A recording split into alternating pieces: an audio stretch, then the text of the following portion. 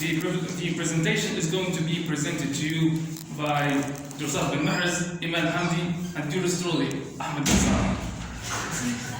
So, the outline is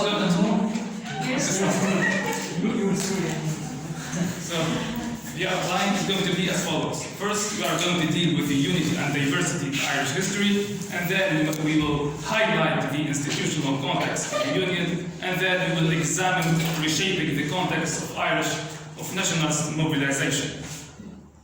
The aim of our presentation is to demonstrate the construction of Irish identity from a historical perspective, and how Irish identity was shaped, changed, and developed throughout history. So, according to John Pocock's thesis, the historical context of Irish national development is linked to the history of the British Isles and to the conflicting Irish national identities. For him, Irish history can only be meaningfully understood in the broader context of the history of the British and Irish archipelago. However, I really do not agree with the author, because we cannot understand Irish history without going back to the Antiquities, and we cannot understand Irish history and Irish identity without going back to this. So Asterix and Obelix is a French cartoon, which deals with the history of the Celtic nation in Gaul, in France, especially in the region of La Bretagne. Anyhow, I would like to go back to the Antiquities. So the Celtic people used to have full control of Europe. They used to have full control of France, Germany, and parts of Eastern Europe. However, the Roman Empire pushed the Celtics to go to the Britannic Island, mainly to nowadays Britain, Ireland, and Scotland. And this is the leader of the Celtic tribes, Vercingetorix, who is surrendering to the great Roman generals, Julius Caesar. So with this, we can understand that Irish history, that Irish identity was being based on being defeated, weak, and oppressed.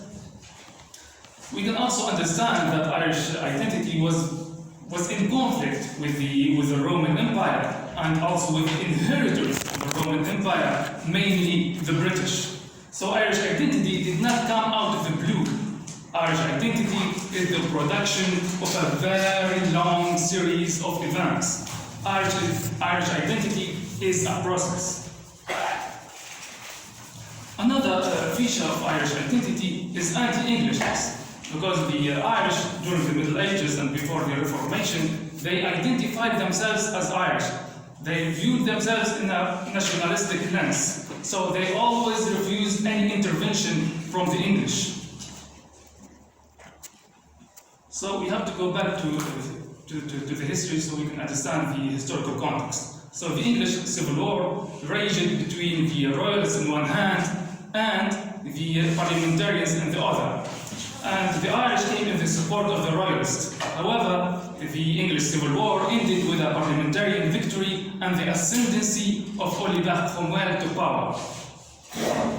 The restoration of the Stuarts. Now, the Stuarts were the legitimate kings before the English Civil War. So after the death of Cromwell's son, the Stuarts were restored to the throne of Britain and sought to compromise the Reformation and establish Catholicism as the main religion of Britain.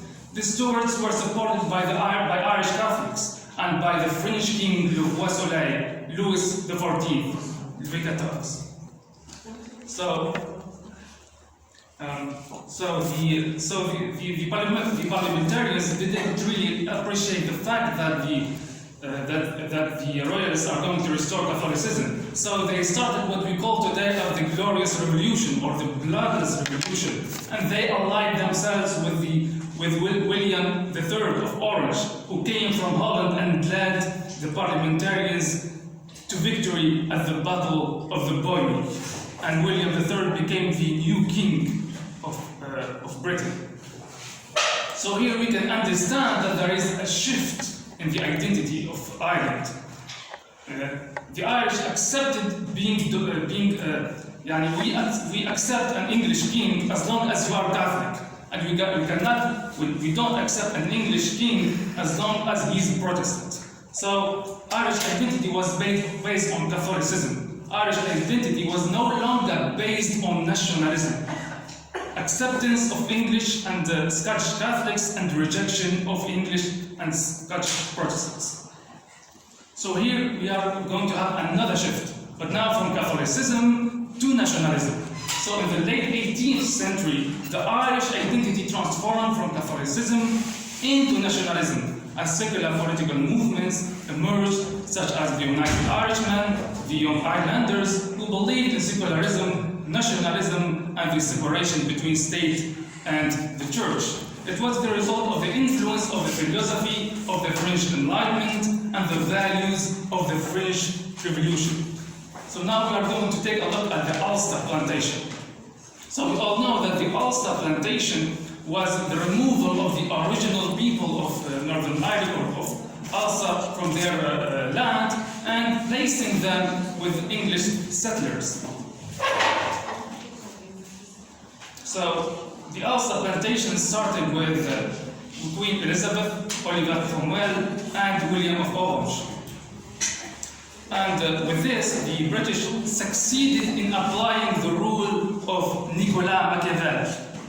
So Nicolas Machiavel was a political theorist. He came in the 16th century, and he is famous for with his book, The Prince, which was a set of rules and advices to the Prince of Florence, Francesco Sforza. So the rule of Machiavel states that in order for the prince to maintain full control of an occupied territory, he have to displace the original people and replace them with settlers within his own nation. So here we can notice the influence of Nicolas Machiavel on the British. So the rule of Nicolas Machiavel created a new identity, created a cultural diversity and division within the Irish society. It created a new identity which led to division and friction within society, and as a result we started seeing separatist movements such as in Northern Ireland also. So we started having diverse identities like Irish identities, Scottish Presbyterian identities, and English settlers' identity. So the Irish identity was known for being Catholics. It was influenced by the French Enlightenment. Gaels had strong links with the Catholic Europe. They believed they wanted to speak their own Gaelic language.